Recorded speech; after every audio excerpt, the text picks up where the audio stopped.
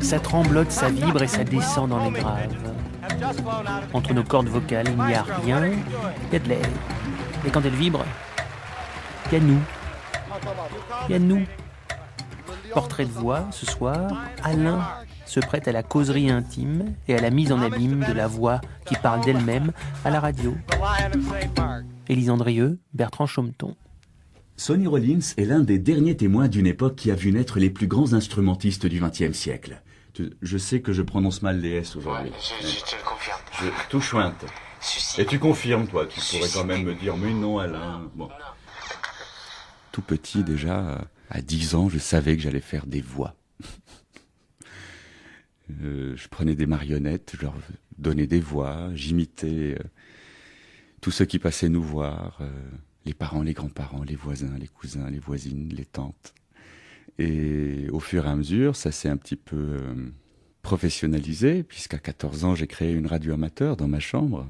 J'ai commencé à émettre sur tout le quartier, c'était à Beyrouth, un Beyrouth en guerre, où un enfant de mon âge, 14 ans, on ne pouvait pas sortir librement à cause des bombardements, donc il fallait trouver une occupation. Et la mienne, c'était ma passion. Elle était vraiment en rapport avec tout l'imaginaire que je m'étais construit grâce à la radio. Cet ailleurs qui allait me permettre de me sentir en paix. J'écoutais RFI dans les sous-sols de Beyrouth. J'écrivais les émissions d'RFI. J'écrivais le texte de toutes les interventions des journalistes et des animateurs. Et je me disais qu'un jour, j'allais peut-être pouvoir travailler dans cette radio en tant que présentateur ou animateur, ou en tout cas partir du Liban et réaliser ce rêve français. Bon, écoute,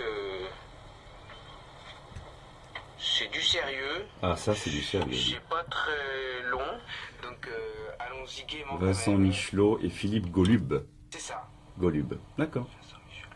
Je dirais Vincent Michelot. Michelot, Ouais. d'accord. Ouais, tu regardes comme ça, puis nous on mettra un RFI plus long à la fin. Ok. 3, 2, 1, on y va. Après la petite radio amateur, j'ai prospecté les radios au Liban. Et très vite, peut-être 1 ou 2 ans après, à 16 ans, j'avais déjà ma propre émission de radio sur une grande radio nationale, libanaise, francophone. Ma voix venait juste de muer, je crois. C'était encore un peu, peut-être un peu parfois. On me disait, alors non seulement tu parles bien français, sans accent, en ayant eu un environnement où les gens parlent le français différemment. On a un accent au Liban, vous savez. Parce que là, le thé que je vous ai offert, je l'ai préparé avec passion pour vous. C'est un thé à la cerise. Vous aimez ça ? Cette façon de parler à la radio n'était pas bien perçue parce qu'il fallait que ce soit un Français de France. Donc je n'allais plus au cours, mais j'allais animer les matins câlins avec Alain. Le début était bien, tu t'es posé, mais après t'as accéléré un petit peu. Regardons le début. Ouais. Pascal, Pascal. ne jette pas tout à la poubelle, s'il te plaît. Voilà. 3, 2, 1, on y retourne. À 18 ans, donc 4 ans après le début de ce rêve, je suis venu à RFI, frapper aux portes de la maison de la radio et dire voilà, je vous connais, mais vous ne me connaissez pas. J'ai écrit à tous les animateurs. Il y en a un qui m'a répondu et qui m'a dit mais vous savez, le PAF est très encombré. Je dis mais c'est quoi le PAF, paysage audiovisuel français? Mais essayez quand même. Et peu de temps après, ils m'ont fait un test de voix dans un studio qui venait de se créer à la maison de la radio, le 136. C'était le plus beau, le plus récent. C'était Roland Garros en 90. Et j'ai lu une bande-annonce pour annoncer l'événement. Et on m'a dit, mais c'est très bien, vous allez même peut-être commencer demain. Et d'ailleurs, ce qu'on vient d'enregistrer passera peut-être à l'antenne demain. Voilà. Petit stylo. Tu m'entends? Je t'entends, je vais mettre en face du micro. Fais-nous un petit essai voix, s'il te plaît. C'est là. L'atelier de l'histoire, mémoire d'un continent. Selon le père Macaire je recommence. L'atelier de l'histoire, Mémoire d'un continent. Selon le père Macaire Malimba, auteur du livre L'Église catholique et la traite négrière, mémoire et responsabilité, l'Église a participé au développement des pratiques esclavagistes.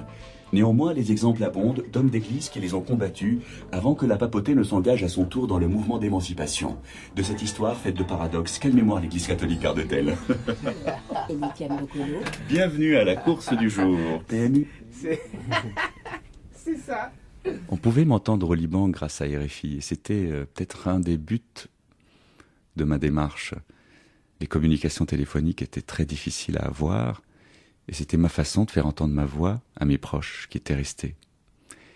Mes parents mettaient RFI du matin au soir et attendaient que je dise vous écoutez RFI, Radio France Internationale. Le lien était maintenu grâce à ma voix.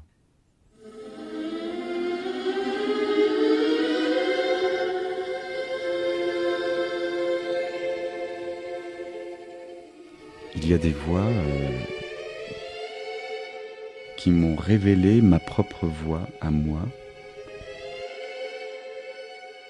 Quand j'ai entendu pour la toute première fois un air d'opéra,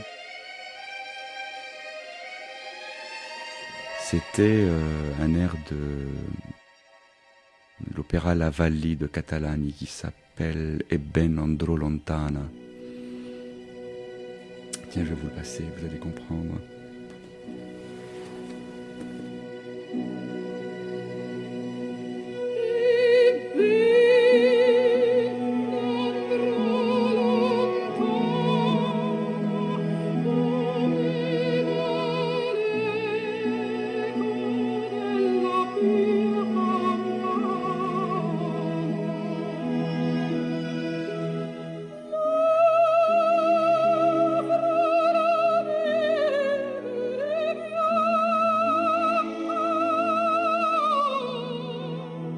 Voilà comment je décrirais la chair de poule.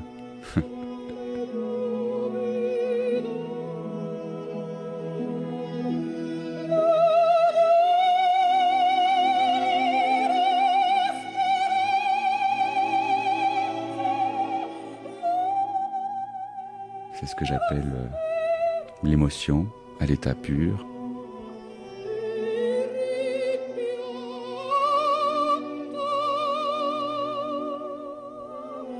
Avec la voix humaine chantée comme le fait la Calas, avec les voix du fado par exemple, qui me font aussi des effets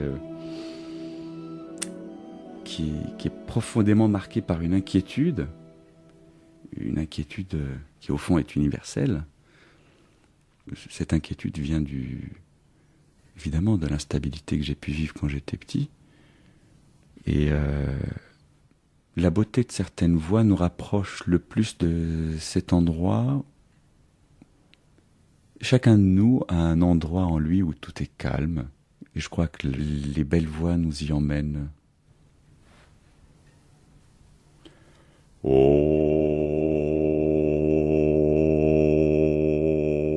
Et je voulais vraiment savoir comment ça se passait là-dedans. Alors, on m'a rentré une fibre optique. Alors on a regardé la couleur des cordes vocales, leur morphologie. Je me suis dit, mais c'est juste ça? Ces deux petites choses qui s'accolent et qui vibrent. Mais j'ai compris que c'était pas du tout ça.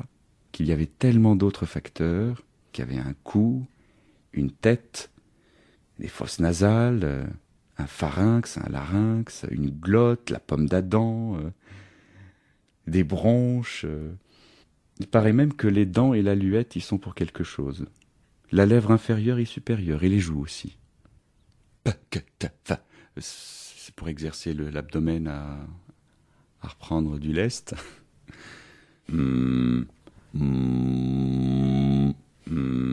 Alors il paraît, d'après le phoniatre, il paraît que j'ai une tessiture qui peut aller très loin dans les graves. Et je ne vois aucun intérêt... Et je ne vois aucun intérêt à faire les voix très graves, à part pour des méchants dans les dessins animés ou les films d'animation. Mais la vibration peut aller très bas, comme O Isis und und Osiris schenket, wer Weisheit Geist, die im neuen Paar.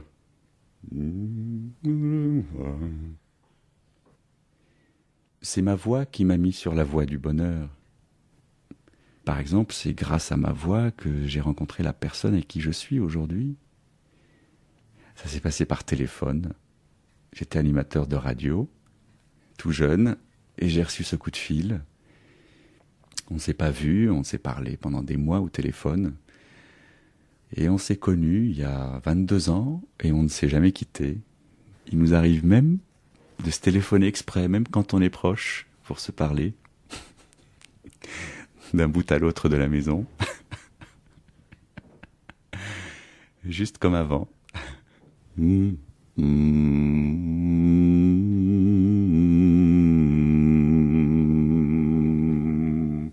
y a parmi vous ceux qui recherchent le bavard par peur de la solitude. Le silence de la solitude révèle à leurs yeux leur moi dénudé et ils voudraient s'enfuir. On parlait de cet endroit en moi où tout va bien. Et ce qui m'inspire maintenant, c'est ce petit passage du Prophète de Khalil Gibran, qui est un philosophe libanais. Et le Prophète, c'est mon livre de chevet. Quelle meilleure conclusion pouvait-on avoir ? Parle-nous de la parole. Il y a parmi vous ceux qui recherchent le bavard par peur de la solitude. Le silence de la solitude révèle à leurs yeux leur moi dénudé, et ils voudraient s'enfuir. Et il y a ceux qui parlent, et qui, sans le savoir ni le prévoir, dévoilent une vérité qu'ils ne comprennent pas eux-mêmes. Et il y a ceux qui ont la vérité en eux, mais ne la mettent pas en mots. Dans la poitrine de ceux-ci, l'esprit habite un silence harmonieux. Lorsque vous rencontrez votre ami sur le bord de la route ou sur la place du marché, faites que l'esprit qui est en vous anime vos lèvres et guide votre langue. Faites que la voix qui habite votre voix parle à l'oreille de son oreille, car son âme retiendra la vérité de votre cœur, comme on se rappelle le goût du vin, alors que sa couleur est oubliée et que la coupe n'est plus là.